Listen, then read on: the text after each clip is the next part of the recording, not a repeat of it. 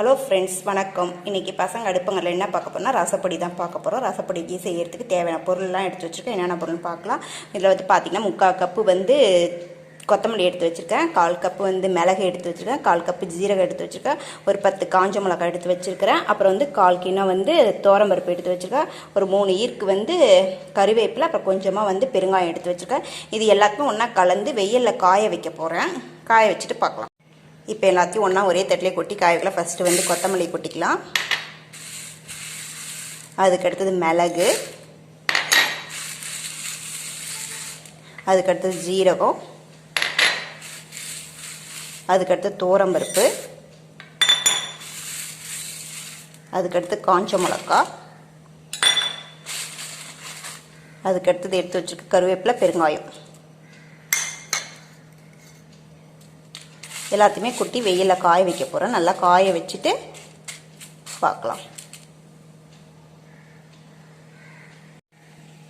இப்போ இது எல்லாத்தையும் ஒன்றாவே கலந்தாச்சு. கலந்து இப்போ இது கூட வந்து ஒரே ஒரு டீஸ்பூன் மட்டும் வெந்தயம் சேர்த்துக்கிறேன்.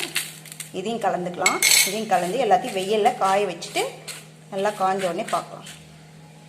ஓகே ஃப்ரெண்ட்ஸ், ரசப்பொடிக்கு காய வச்சதெல்லாம் இந்த பாருங்கள் நல்லா காஞ்சிடுச்சு.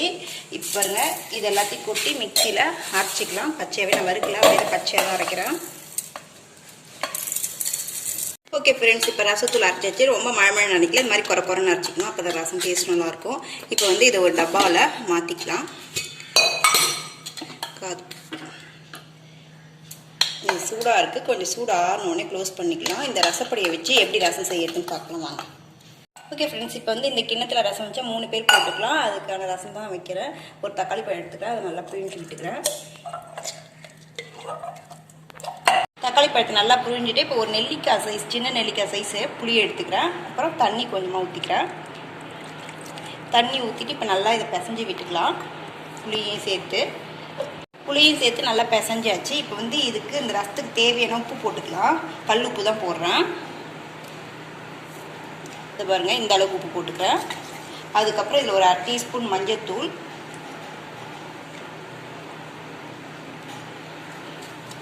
அதுக்கப்புறம் எடுத்து வச்சுருக்க ரசப்பொடி 1/2 டீஸ்பூன் போட்டுக்கிறேன். இந்த டீஸ்பூன் தான் நான் யூஸ் பண்ணுறது. இப்போ இது எல்லாத்தையும் நல்லா கலந்து விட்டுக்கலாம். இப்போ இதுக்கு தேவையான தண்ணியை ஊற்றிடலாம்.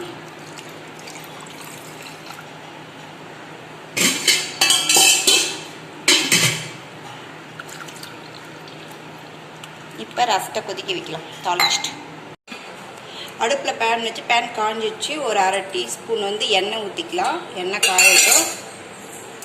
இப்போ எண்ணெய் காஞ்சிடுச்சு. ஒரு 1/4 டீஸ்பூன் கடுகு போட்டுக்கலாம். கடுகு நல்லா பொரியட்டும்.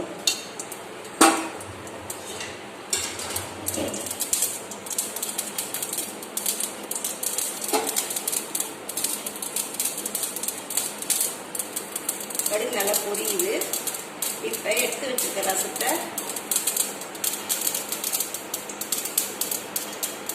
ஊற்றிடலாம்.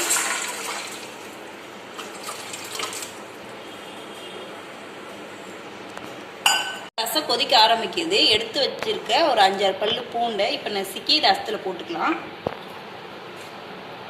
விகாட்டு குத்தர்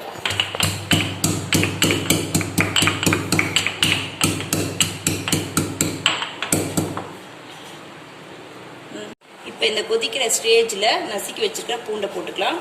பூண்டை போட்டு ஒரு 2 கொதி வந்தோடனே எடுத்து ஊற்றிடலாம் ரசத்தை. ஓகே ஃப்ரெண்ட்ஸ், இப்போ ரசம் நல்லா கொதிக்குது. இந்த ஸ்டேஜில் எடுத்து ஊற்றிடலாம்.